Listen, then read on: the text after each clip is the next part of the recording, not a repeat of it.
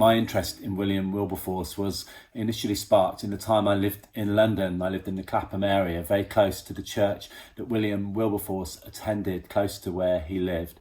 I read more about him in detail, really, and found out more about his life. And in that process, I was just so encouraged. He's definitely a true hero in all the best ways of mine. He's encouraged me finding out more about his life and his work. He's challenged me. He's inspired me in my own Christian faith and living that out in our world. Because of events in our world in recent weeks, it seems a good time to be thinking again and looking again at the life of William Wilberforce. And in this short blog, I just want to highlight 4 things that I hope might be helpful for us to take a look at, that I hope can inspire us as Christians as we seek to live God's way in God's world.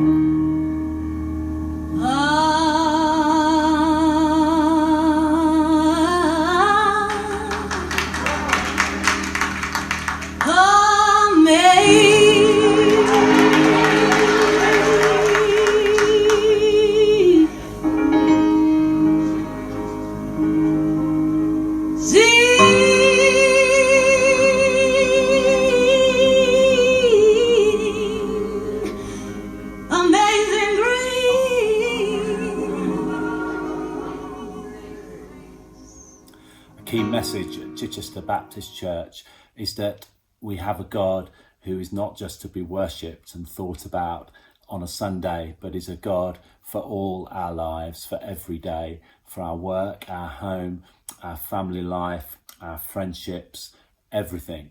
And William Wilberforce was somebody who let God in, lived for him in every area. I remember some years ago, I'm sure many of you will remember Alistair Campbell, advisor to Tony Blair, in an interview deflecting an interviewer's question away when questioning Tony Blair about his faith and saying, "We don't do God." Well, William Wilberforce definitely did do God. He wrote this: "I would suggest that faith is everyone's business. The advance or decline of Christian faith is so intimately connected to the welfare of a society that it should be of particular interest to a politician. My walk is a public one. My business is in the world."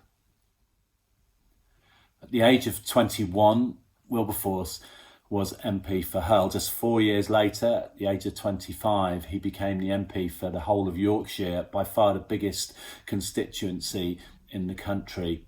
He found himself in Parliament, but he had some friends, had some allies. William Pitt, about to become Prime Minister, was a close friend. There were things happening that it seems clear showed how God was positioning him for the great task and calling that was ahead. It reminds me of the story of Esther. We've been looking at that. I encourage you to maybe check out some of those talks and teaching that you'll find on our website at church, because we've been looking at the story of Esther at CBC and how she was positioned, and we get that famous line in the Bible, "for such a time as this." Well, Wilberforce was clearly open to God's leading and calling and was positioned for such a time. But there were no divisions in his life. He didn't have a separate box for faith and a separate box for work and family. His passionate, committed Christian faith informed and filled everything. No divisions. He believed in a God of the front line. How sweet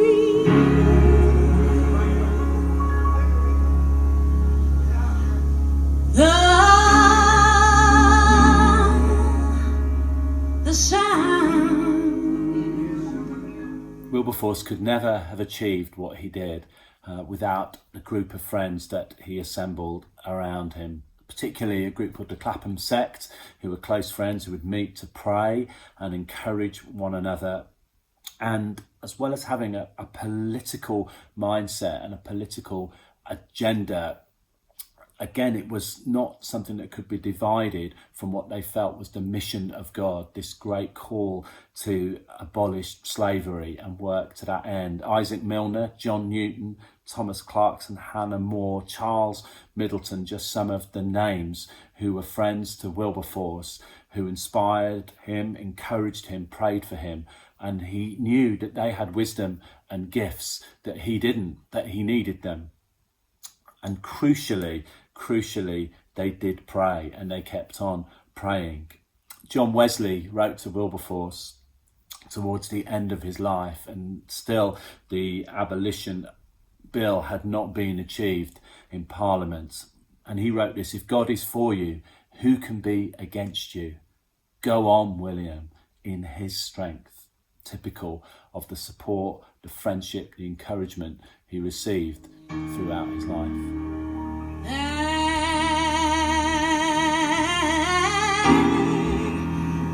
That same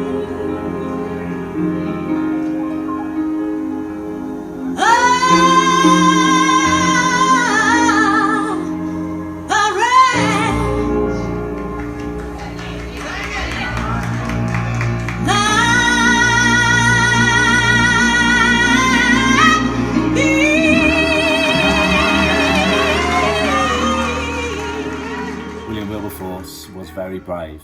Courage can be seen throughout his life. In 1789, he first brought the resolution to end the slave trade to the House of Commons. It was turned away. At that time, slavery was just woven into the fabric of the country, into the political life, into the business world and the economy, into the military and the navy. It must have seemed to William Wilberforce that he was facing opposition from absolutely every side, almost insurmountable, yet he was brave. He had courage in the face of that to keep going.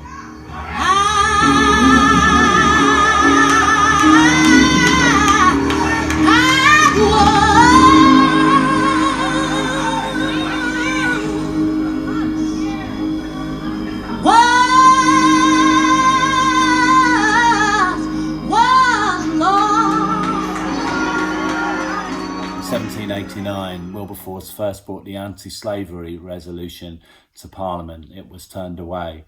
He brought it again in 1791, in 1792, 93, 97, 98, 99, and on it went.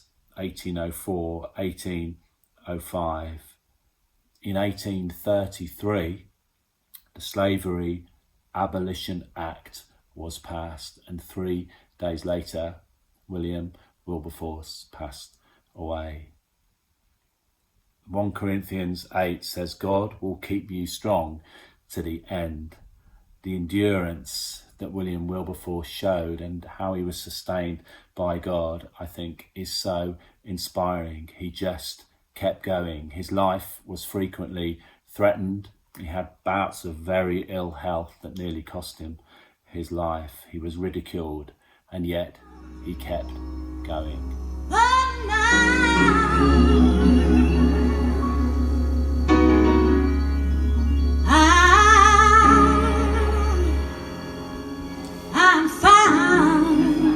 It's impossible in this blog to cover loads of in-depth detail about William Wilberforce's life, but if you don't already know too much about him, then I'd encourage you to find out more. There's loads of stuff online, many biographies and books written about him. One in particular that I recommend is the William Hague biography of William Wilberforce. It's quite in depth. It's a big old read, but I couldn't recommend it more highly. Really, really good if you want to really find out about the whole breadth and story of William Wilberforce's life. We can draw a line from William Wilberforce and the campaign to abolish slavery right through to 1960s America, the civil rights movement and the work of Martin Luther King. We can continue that line right up to recent weeks and the death of George Floyd in America. When William Wilberforce campaigned against the evil of the slave trade, it was a struggle, a fight for freedom. for life, for justice, for every precious human life, all created equal by God.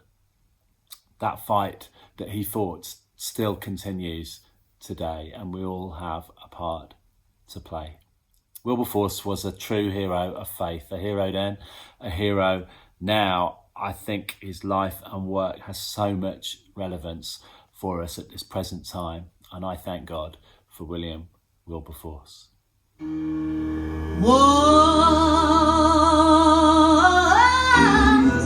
Was blind. Oh,